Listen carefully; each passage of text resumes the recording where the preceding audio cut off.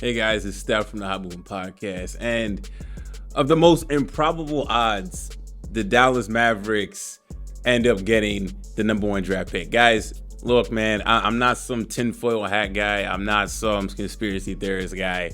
But damn, how? How can you not at least entertain that thought of the Dallas Mavericks after just there's so much head scratching the Luka Doncic trade, right? And how could they just let him go for nothing, basically, in my opinion? I mean, I'm not gonna call Anthony Davis nothing. How could you trade Luka Doncic for not getting a whole lot back? Okay, the noise has kind of quieted down on that trade actually before the Dallas Mavericks are pretty much won the Cooper Flagg sweepstakes. You leave one. Man, I don't want to bring race into it, man, because I'm not. Luka Doncic goes, and then insert the next great one, and Cooper Flagg coming from Duke. The noise quieted down just because the Lakers got exited.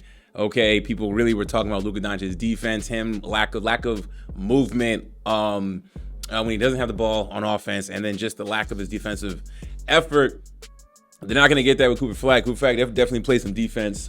He's definitely going to be a stretch wing in the NBA at 6'9", almost 6'10". Man, what an absolute blessing for the Dallas Mavericks. All right. Now they can't screw this up now. All right. They're going to have to make sure that as they enter the new Cooper Flagg era, and they will draft him, of course. And the Dallas Maverick fan base should be happy because they got rug pulled by the nonsense that the Dallas Mavericks organization did with trading away Luka Doncic. I get the whole defense and all that, and now weight training and taking care of his diet, but I mean, he's Luka Doncic. He was just in the NBA Finals. Boy, you talk about, I mean, now it makes things more interesting if how well does he develop and turn into the star player. I'm getting with Cooper Flagg. He was nice in college. I get it. I hope he's better than this player, but I'm getting like was it Gordon Hayward 2.0 vibes here, right? Hopefully he's better than that. People were really raved about him competing against Team USA. Man, I'm happy for the Dallas Mavericks fan base. This smells rigged to me in a lot of ways.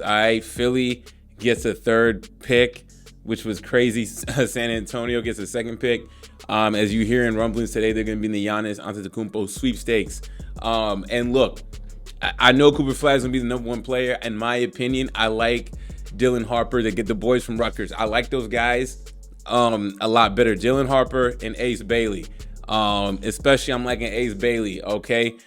Just my opinion. All right, I know Cooper Flagg probably had the more overall better season and more, national spotlight in the Duke, deservingly so. But a lot of times, man, the number one pick usually doesn't pan out. I'm looking at the 2 through 4 picks, and I'm thinking Dylan Harper and Ace Bailey for me are going to be one of those guys to really be one of those guys in the draft. Now Cooper Flagg, could he be overall viewed eventually be the number one player in this pool when we look back a couple years from now? Only time will tell.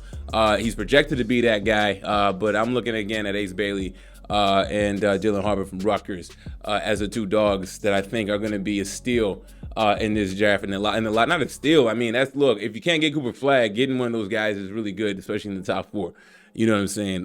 But man, Nico Harrison, he can sleep well. All right, now, is Nico Harrison going to do something foolish and want to trade the number one pick?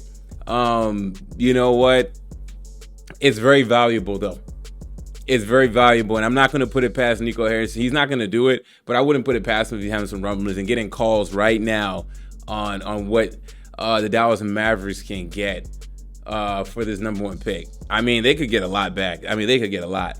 But I think them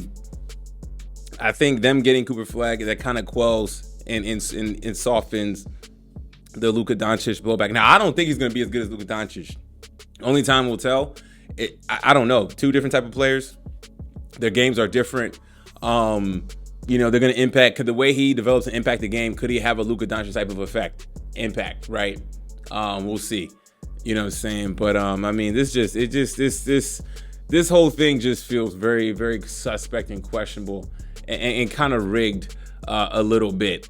You know, just for how they were able to get the #1 pick, right? And after the whole Luka Doncic fiasco, I mean, talk about fortunes falling into their lap.